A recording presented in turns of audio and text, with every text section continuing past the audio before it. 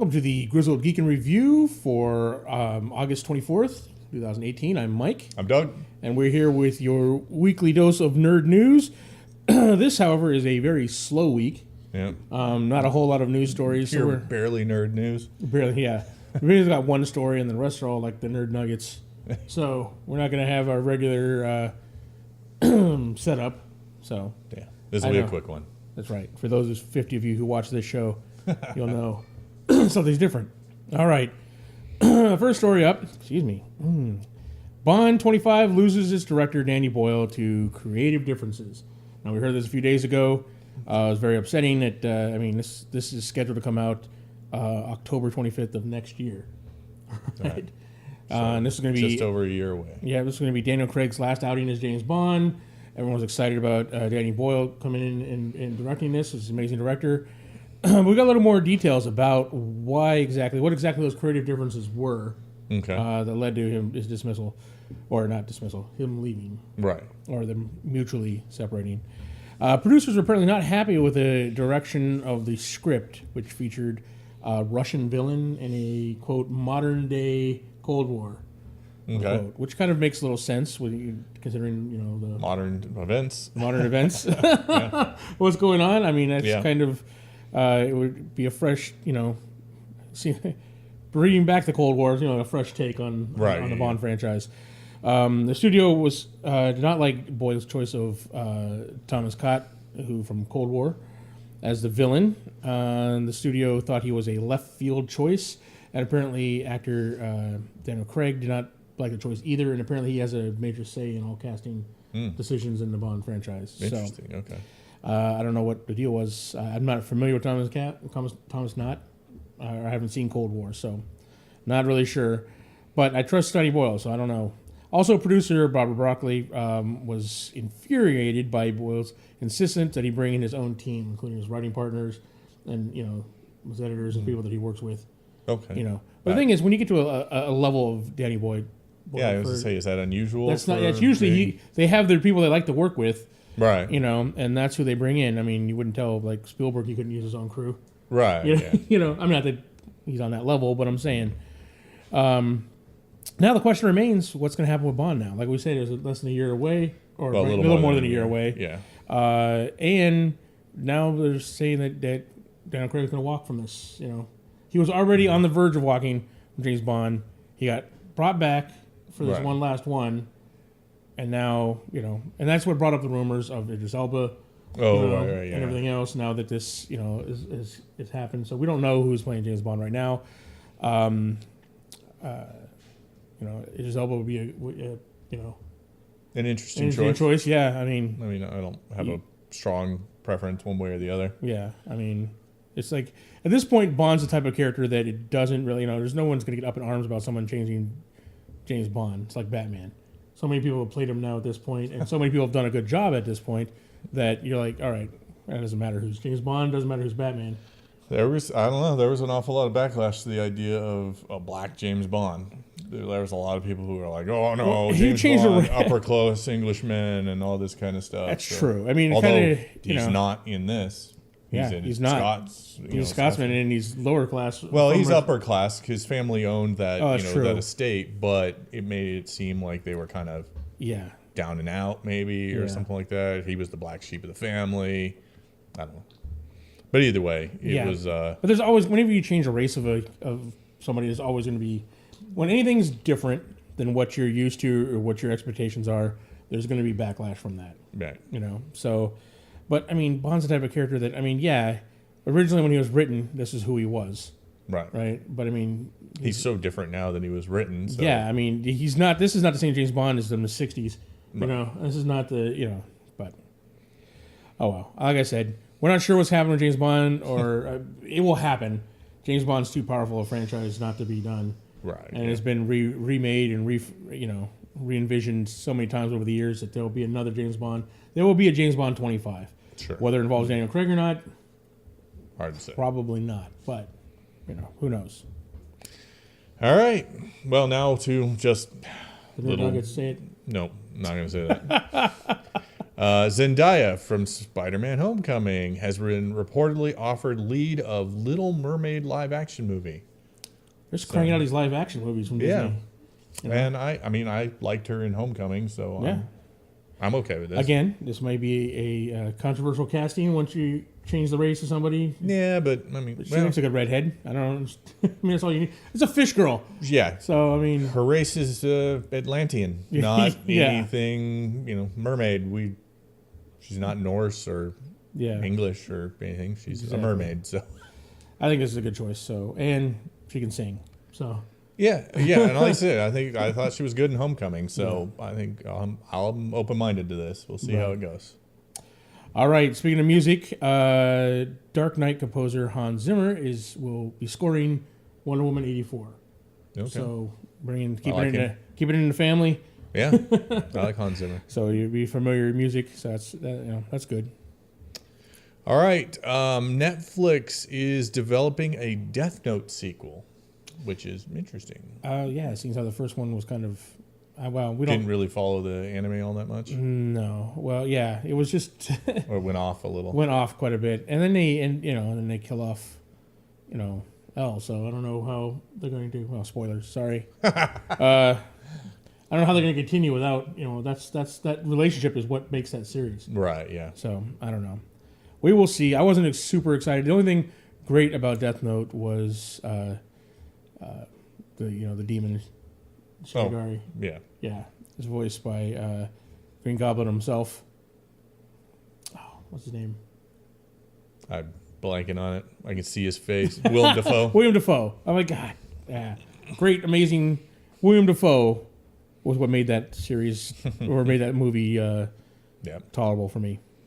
All right. Moving on. Tyler Hoechlin will reprise his role as Superman in the Arrowverse crossover next year. So it's going to be a big crossover. It's got Batwoman. Right. It's going to have Superman back in it. He made a great Superman. And this time we also get Lois Lane. So, I'm super excited about this. So I'm a big fan. These crossovers are just amazing. So they're the closest thing to a real... He's the Superman from the Supergirl show. Yeah, Supergirl show. Okay. Yeah, he was cool. I liked it. Yeah. So, these crossovers from the Arrowverse are that's our Justice League movies. Yeah. Right? Except better. Except better, yeah. So, all right. Kevin Smith is going to write a new Hit Girl series that focuses on her going after Hollywood predators. And this is part of that big story about all the series and movies that they're working on for, the Millerverse. Right, yeah. So Kevin Smith, they're bringing in talent. Yeah, that's cool. Yeah, if you look... He's got plenty of comic book cred, so... Yes, he does. He's a good writer. Yoga hosers aside, he's, he's put out some good movies, so... Yeah. I'm excited to see that. All right, and we got news that David S. Goyer was adapting Isaac Asimov's Foundation series as a TV series. We heard about this months ago. We thought, okay, it's not ever going to happen. No one's ever going to adapt Foundation. Yeah, that's pretty...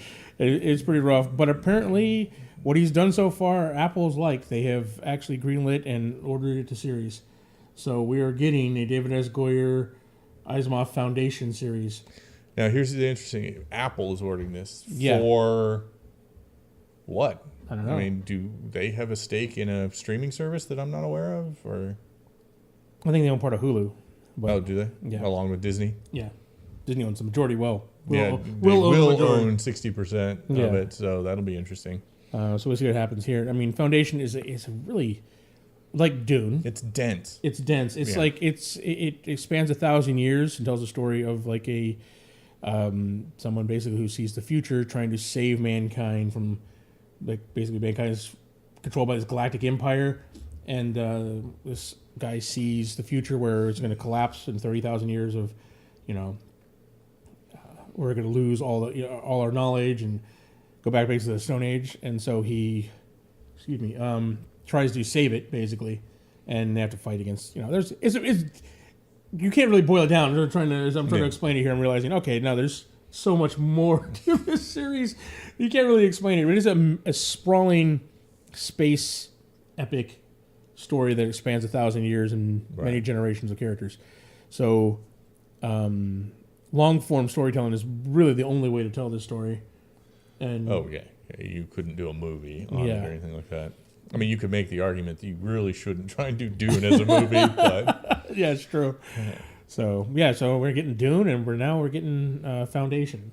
So cool. Sci-fi fans rejoice. There's yeah, it could be good, you could be crying yourself to sleep after watching it. Well, there's David S. Goyer, who is hot or cold, depending on what he's doing. So, no word of whether he's going to direct it or not. I know he's writing the series. So, okay. Maybe last we heard from him, he was directing the Masters of the Universe movie that we haven't heard anything about since then. So, who knows what's going on here? All right. Well, that does it for our stories this week. It was a really short week. Not a whole lot. I mean, there's a lot of small stories to talk about, but nothing we want to really get into. Doug didn't really want to discuss the Pennyworth series. Or the few pictures of Venom that came out. And they're trying to excite people about that. Look at all these photos. Like, it's like 5 articles where it's a different photo drop from Venom. So, that's what we have to deal with. Yeah. Still not excited. Still not excited. But yeah, I was like, All right, so what is a worse idea in your opinion? Is it a Sony Spiderverse without Spider-Man, or continuing these side Batman universe character stuff like a solo Joker movie or this Pennyworth series that don't involve Batman? Wow.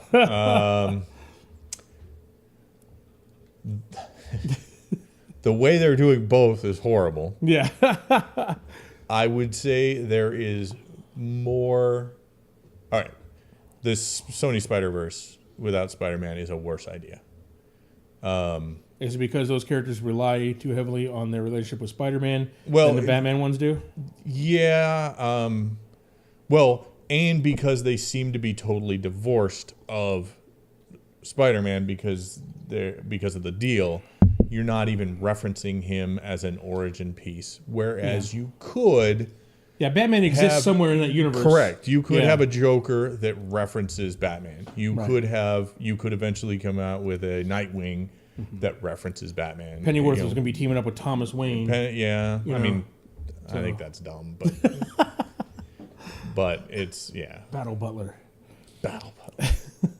I mean, you already knew he had this SAS background, and I mean, I want to get his acting chops because that was a big deal. It's a big deal for him. So for his character, but there is more potential in that, in my opinion, that could obliquely reference Batman and not require him. Yeah. Whereas Sony has totally divorced from Spider-Man.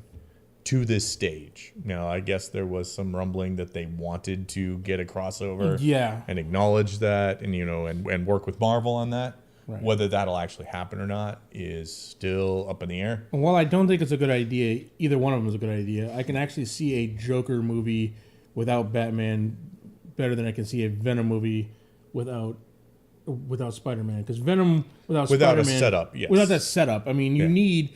The reason Venom looks the way he does is because of Spider-Man, because of his bonding with Spider-Man. So the fact that he looks the way he does without any Spider-Man involved, that's just kind of like... And the most interesting parts of Venom are his relationship to Spider-Man, even when it's not at all there. And by that I mean the reason he is the way he is because of Spider-Man.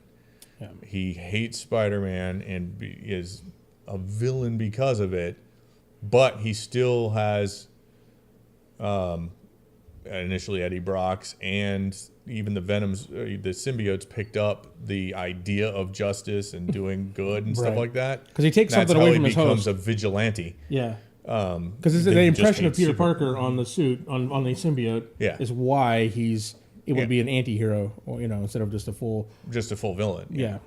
So, and that was one of the best aspects of Venom, was that arc of going from, he's a Spider-Man villain to, he's only a villain because he hates Spider-Man. He actually doesn't want to hurt people. He wants to do good. Yeah. He doesn't want to hurt good people. Yeah. He has no problem hurting people. He has no problem hurting people, but he doesn't want to hurt good people. Yeah. There's also some comic book news this week that we kind of glossed over. Basically, Wolverine gets a new suit. Looks stupid. Looks like a Guardians of the Galaxy uniform, doesn't it? Yeah. Well, like a comic book Guardians of the Galaxy uniform. Correct. Yes. Somewhat like that, and just totally inappropriate for Wolverine. Does not. It just looks horrible. Does it match his new red hot claws? And that's another stupid thing. We haven't done comics for a while on this on the news show because we've been upset by some of the comic stuff. I haven't heard a worse idea for a comic book character. The red hot claws since they made Red Hulk, who just gets hot when he gets mad instead of stronger. Red Hulk is a dumb idea, but I will say that they actually developed that character further along with the writing. Right, I mean, when it first came out, it was a gimmick. At least he's got the General Ross background to play with, but otherwise, I'm just like, this is. The idea. I know that comic books, when you boil them down, are inherently just these insane ideas, but some are dumber than others. Some are dumber than others. And Wolverine having heated claws is probably the worst. Yes. And that is pretty bad. But also in the comics, I guess the new Punisher series kicked off. Apparently he killed someone major in his first issue. We're not going to spoil it for you here because it just came out. Wait a little bit here. But speaking of, it's Disney cleaning up some racist undertones from earlier comic books. Some of these characters are. We should probably do away with this character. Let the Punisher kill him off. But speaking of Wolverine, I got to tell you, I talked to you about the other day. Just really quickly, I want to go over. One of the boards I follow, message boards I follow, is comic. We both follow the comic book stuff or like nerd stuff. But somebody dropped a bomb on there the other day. It was basically just the Doc Ock Spider-Man beating up Wolverine, right? And they just dropped the picture and like who would win, right? And they just walked away. We'll watch the carnage happen as the fans tore themselves apart about the Wolverine versus Spider-Man bit. Yeah. And I try to jump in logically, like, okay, wait, this is how much more powerful Spider-Man is than... Logic doesn't factor into comic books. Logic just bounces off fanboys. Like, Wolverine's a berserker. He's like... Blah. And so, I mean, strictly comic book... I don't know, I'll tell you right now. In this editorial, Spider-Man is far more powerful than Wolverine. Right? Wolverine may be a little bit better fighter and willing to, like, kill or whatever. But he still has to touch... Because Spider-Man, with his spider sense, his super agility... And his super strength. A lot of people are confused by Wolverine's strength. Yeah, he's pretty strong. According to the Marvel files or whatever, he can press 800 pounds, which is pretty impressive. I think they've kind of got away from that. They've made him far stronger but not. He doesn't lift a car over his head. Spider-Man can lift 10 tons. Like Spider-Man does. Yeah. Even in the movies, where you see where he like just casually stops Winter Soldier's arm with one hand, Yeah. He's super strong. Wolverine is not. If he is super strong, he's only just barely super strong. Spider-Man is crazy super strong and crazy super agile, and he's got danger sense. Yeah, I mean, it's all whatever serves the story. But yeah, when you're just throwing down these two people are fighting, go, and there's no story involved about it, because in the same vein, if you said, all right, Galactus Herald Firelord versus Spider-Man, who wins? Firelord. Except in the comics, he didn't. Spider-Man beat him. So there's always that margin for the story needs so-and-so to win for whatever reason. Yeah. And just to troll the whole little column about the whole thing, I threw in a page from Secret Wars where Spider-Man takes out the entire X-Men team, including Professor X in one panel. The dumbest story ever. He webs up Nightcrawler, backhands Wolverine. Like, the whole Wolverine fight in that was him getting backhanded. The overall story of Secret Wars, awesome. Most of the individual things that happen in it, just dumb. Yeah, I told him... Like Captain America surviving the Human Torch going Nova by just hiding behind his shield. Yeah, I'm like, okay. You mean the flames don't go around? Apparently not. That shield makes a bubble, apparently. Yeah, there you go. Or like Hulk lifting a mountain range. Yep, just because people are insulting him. Yeah. Keep insulting him. And I told him, I said, take the thing into account, because Wasp did the same thing with the X-Men in the very next issue. And Magneto. With Magneto. Just whoops them all. So Jim Shooter didn't like the X-Men, apparently. Yeah, apparently not. All right, guys. That does it for us goobing here, but at the end of the news here on a short news week. Yeah. We'll be back next week with some more nerd news, and be sure to check out our other videos and our other channel, the Grizzled War Master. Yeah. If you're into gaming, tabletop board gaming, miniature gaming, we talk about Warhammer 40K, Age of Sigmar, yep, Song of Ice and Fire, that kind of thing. So check out that channel. There'll be a link down below. Show us some support over there. And be sure to like, subscribe, for both channels if you want. And you want to support the channel and the things we do here, you can do so through the links down below. Excuse me. Shopping through our Amazon affiliate link, buying our merch, or by supporting us on Patreon. So there you go. Thanks, guys, and we'll see you next week. Bye.